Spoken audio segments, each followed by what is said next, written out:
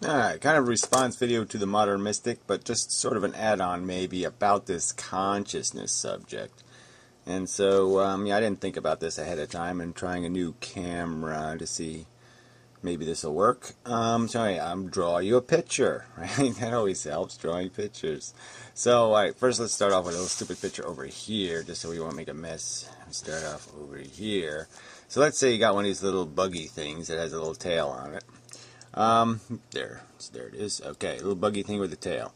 And so it's got this mouth thing, and it's got this butt thing, tail thing. And the idea is junk comes in the little mouth thing, alright, goes inside the little organism, little junk thing, and the game would be is that it'd be good for this tail thing to move when the mouth is open and not move when the mouth is closed. Alright, so it needs a way to communicate that. So what happens eventually, let's just say, we'll just speculate, is that little tail thing is sort of a little entity in itself. It's a little machine. The mouth thing is a little machine. But anyway, the food thing, the little tail thing decides it starts reacting, evolutionarily. It becomes constructive for the tail thing to act when it detects these food things being in the body. So then it's sort of that, but that's also associated with the mouth being open. And the game is these food things take a while to get to the tail, though. So it would be to the tail's advantage to start moving as soon as the little food things are detected as being available for getting more of. And so it would be evolutionarily wise for this little tail thing brain to start migrating as a nerve closer and closer to the mouth thing, because it's going to detect the food sooner and sooner, because of this electricity thing moving much faster than the chemistry moving. And so eventually the mouth and the tail would be connected by this nerve thing. And so now the nerve would do it automatically, and they could vice versa control each other. And so that would be the idea of the creation of a nerve. So once you have the eye, that would be where Nick was talking about the A thing. Well, that's your A. Okay, you got point A to point B. And you didn't exactly say it that way, but yeah, that's the idea. That's your first nerve, and once you have one of those, then the whole thing starts building on top of that, because then you can start adding other things in there to cause different reactions. And so he basically went to a C. That would be where the feedback started, but I don't think I'll make feedback that soon, but we'll see. Like I said, I have no idea where I'm going with this. I want to kind of get to the point where, yeah, you have this whole memory thing, and then you have all this other crap that ends up getting built onto this thing. So let's just say you have some other, connection of nerve thing, and they're all doing the same thing as this is doing. They're all trying to get to this mouth thing, and so they all start integrating into this one point, because that's the focus point, that's the front, the head, the whatever. So you could have some other mechanism that's also connected. And then you could have some other mechanism that's also connected. And, and they're all start blending into each other in terms of reactions. And, this ends up being a two-way path eventually. That would seem a logical step. That this will tell this something, this can tell that something. And that's sort of the nature of how we're built. So some of this stuff could end up just turning into chemistry, where, this thing could just be some organ that creates a hormone, and then that hormone makes this nerve thing more reactive, so it, instead of waiting until there's 17 pieces of food available, it fires when there's 6, or some other thing, and so you can have chemistry that's moving between these cells. We'll just do this as chemistry, this kind of dotted line, because it's kind of a slower way of communicating. And then you have this direct access thing also. So this whole system, though, ends up just being a system of itself. And so this just ends up being another kind of a node. Instead of like the focus of the system, you end up with a whole bunch of those. You end up with a whole bunch of little subsystems or neural networks that end up feeding again into maybe one place. And so one of these might be let's do it as a coil, just because that sort of looks like something, right? A coil. Yeah, it's very coily. Looks sort of like my memory. Anyway, So then you could have like an eyes. One of these might be the eyes. You know, put a little eyeball in here. Yeah, a little badly drawn eyeball. Alright, so one of these things could be like an eyeball. And it's, you know, creates a, you know, information is sent to this little central place now, this new node, the central node, whatever you want to call it. And that information could then feed to another little network of this coil thing we'll call a memory. And this memory thing could be getting these little chemical signals off of this node. It could be sending some more chemical signals, little hormones. It could be flying, whoops, sorry, from over here. See, they come over here. Yeah, I'm not doing this very well. And they could fix onto this memory network certain feelings that are associated with certain memories, little bits of imagery that's saved in the brain. Oh, be back in a minute. Alright, back to where I left off, or somewhere close to there anyway. So anyway, you'd have this this place that's storing these memory things over here, and there's chemistry that applies a sensation or feeling to those memories. Yeah, the feeling thing is going to be a little tough to draw a picture of. You know, I mean, somehow in this network, there's this capacity to be aware and to feel.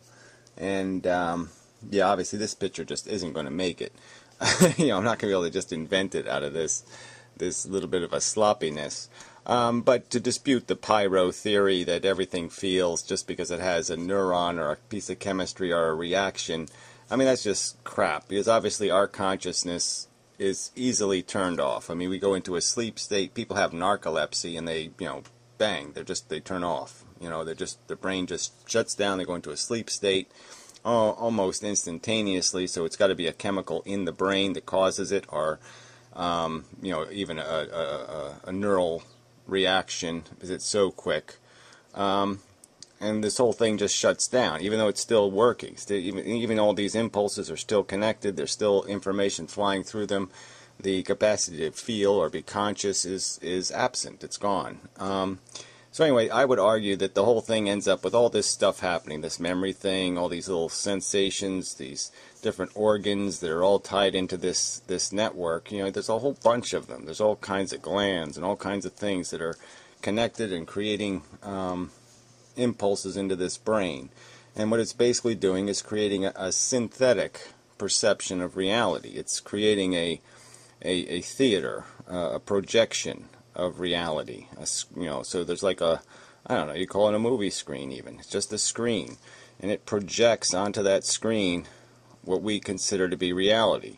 And part of that reality is this synthetic, made-up idea of pain or unpleasantness and pleasure, the opposite.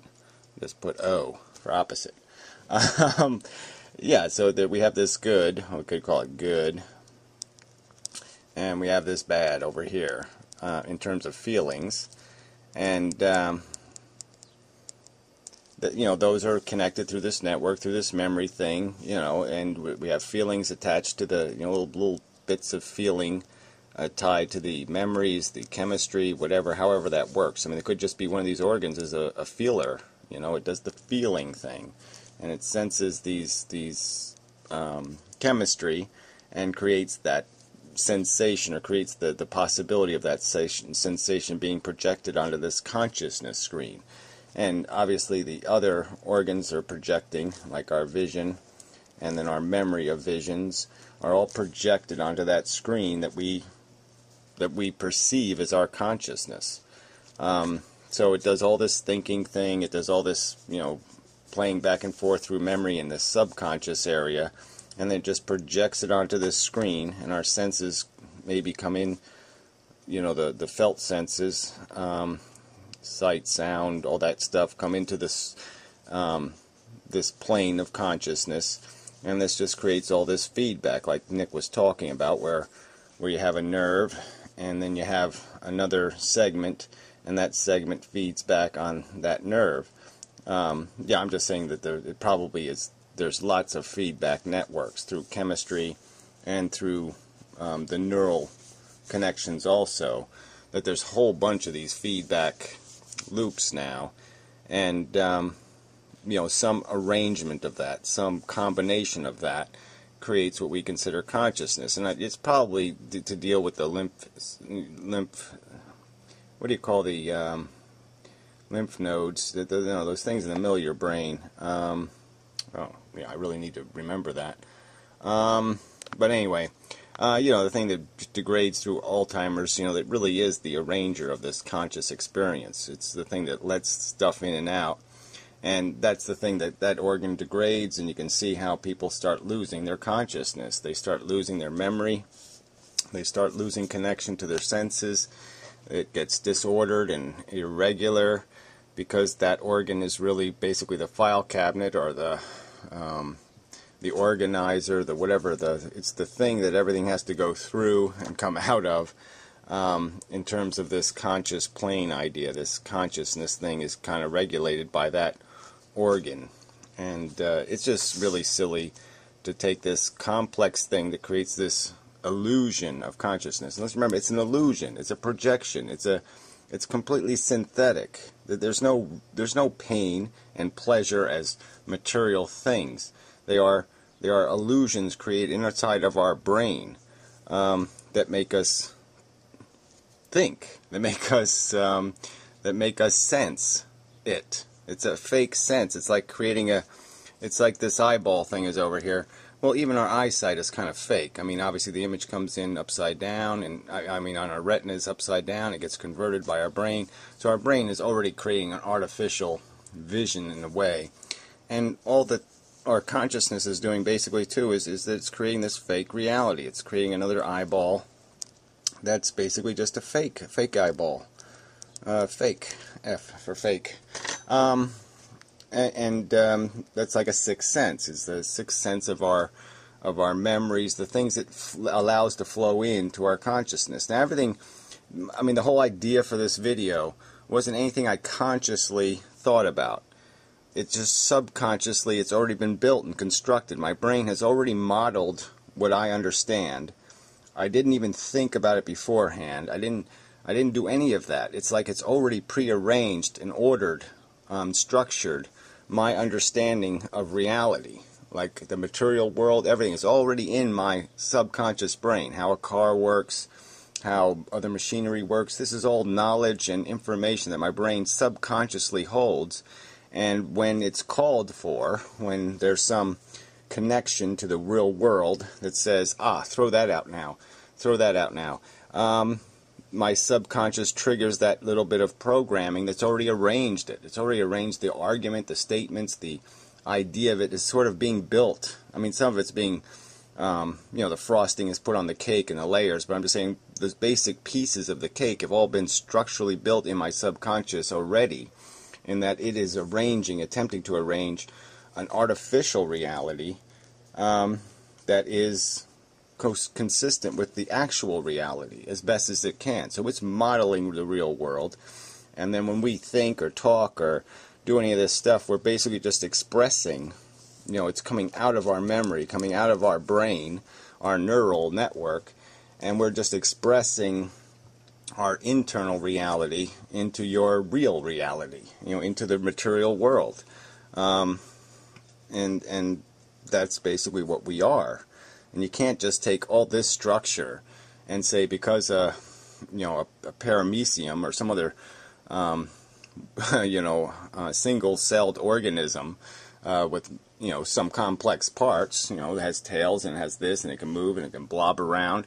To say because it moves or because it reacts that it's doing this stuff is just stupid. I mean, consciousness is a special circumstance that requires a lot of parts, and it's complex to have the movie theater, and the projector has to work. All these little parts have to work for you to be conscious. And quite obviously, like I said, when we go to sleep, the projector's turned off or the curtains close in front of the screen, or however you want to analogize it. But something happens inside the structure of our brain that just shuts it off, even though all these parts are still working. The memory's still clicking, the brain is still using energy, there's still lots of energy flying around. It's still doing lots of probably calculations and processing and filtering. It's still refining my understanding of things. It's running its reality. It's doing all kinds of things in my subconscious that I'm completely unaware of. While those curtains are closed, there's the building still making heat. The functionality is all there. It's just shut down this part that allows there to be this direct interaction between the real world out here and my fake world inside my brain. So you got this real world, and it just kind of shuts down some of these processes, like the eyeball shut down and the ears over here shut down, and this shuts down. It shuts off some of this input, and it just becomes more internal, especially when you're dreaming. It just artificially simulates all these other senses, and it's capable of doing that because it does have a model of reality inside of it. So anyway, that's probably enough. A little sloppy, but it's all kinds of interesting scribbles and shit, and it's really just a camera test, to tell you the truth. I was just seeing if I could do this drawing thing reasonably not terrible just by holding a camera, and it's reasonably not terrible. Some people complain it'll move too much, but I don't care. Yeah. Anyway, enough of a video. Just adding on. There's a point to this, is that people are too worried about how we think rather than what we think. We got to talk about what we think, what ideas, what is our fake reality, our synthetic reality. How many misdescriptions do we have in our synthetic reality versus the real reality? How much of this have we got wrong in our creation of reality in our brains? If you believe in a God, you've gotten reality wrong. If you believe that DNA knows what it's doing, you've gotten reality wrong. If you believe life is some sort of glorious process that moving towards some kind of singularity, you've got it wrong, because all it is a parasitic organism evolving all of these little tools, all these mechanisms for different organisms to exploit different environments. And obviously, very crude organisms that exploit the environment in a very crude and simple way have been incredibly durable. They've lasted millions of years, billions of years even, without evolving, because there's no necessity to, because they're little perfect consumers and reproducers. And we are only doing this eccentrically. I keep using that word, but we're just eccentric. We're not a perfect circle. We're not a great wheel.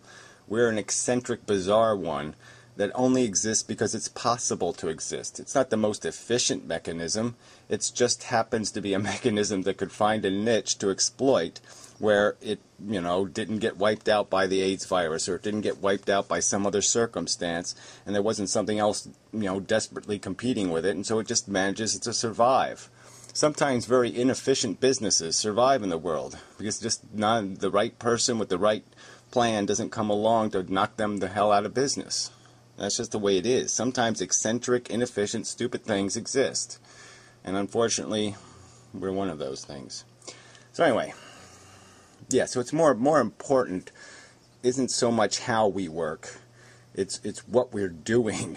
We got to stay focused on the big picture, which is not, understanding this would be really great. Understanding every element of our consciousness and what we feel and why we feel and all that shit would be really nice, but it really isn't big picture important. Big picture important is are we accomplishing anything? Is this efficient enough? Can this be efficient enough? Is there any prospect of this being efficient enough? These are really the important questions. So anyway, till next time.